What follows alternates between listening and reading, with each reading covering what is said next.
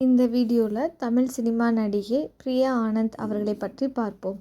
வீடியோவில் எண்டிங்கில் இவங்களை பற்றியான இன்ட்ரெஸ்டிங்கான விஷயங்களை சொல்லியிருக்கோம். பெயர் பிரியா ஆனந்த். பிறந்த தேதி செப்டம்பர் 17, 1986. பிறந்த ஊர் சென்னை. உயரம் 5.5 சென்டிமீட்டர்.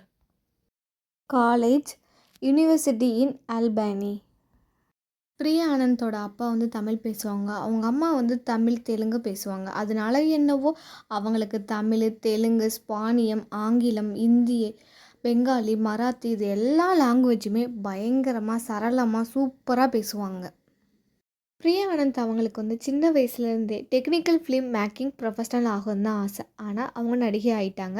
அவங்க நடிக்கிறதுக்கு முன்னாடியே விளம்பரத்தில் தான் நிறைய நடிச்சிருக்காங்க. Cadbury dairy milk, friends jewellery இது மாதிரி நிறைய விளம்பரத்தில் தான் ஃபஸ்ட்டு அவங்க நடிச்சிருக்காங்க.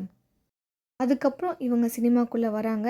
இவங்களோட ஃபஸ்ட்டு மூவி புகைப்படம். ஆனால் அந்த படம் ஃபஸ்ட்டு ரிலீஸ் ஆகலை. செகண்டாக நடித்த படம் வாமனன், அதுதான் இவங்களுக்கு ஃபஸ்ட்டு ரிலீஸ் ஆச்சு. அதுவும் நம்ம ஜெய் சார் கூட இவங்க நடிச்சிருப்பாங்க. அந்த படத்தில் நம்ம எல்லாரோடைய ரொம்ப ரொம்ப ஃபேவரட்டான மியூசிக் டைரக்டர்னால் யார்? நம்ம யுவன் சங்கர் ராஜா சார் தான். அதுலேயும் மியூசிக் டைரக்டராக இருந்திருக்காங்க.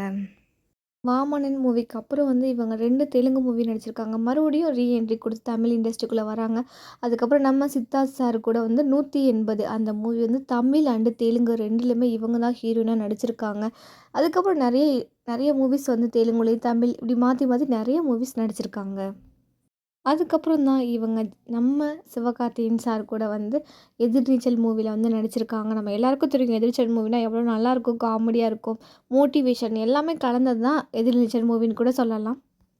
அதுக்கப்புறம் நம்ம மிர்ச்சி சிவா சார் கூட வணக்கம் சென்னை அந்த மூவியில் நடிச்சிருக்காங்க. மிர்ச்சி சிவா சார்னாவே ஒரு காமெடி இல்லாமல் எப்படி இருக்கும்?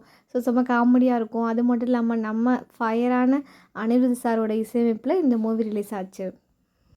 2014 அரிமா நம்பி என்ற மூவியில் விக்ரம் பிரபு சாருக்கு ஜோடியாக நடிச்சிருக்காங்க.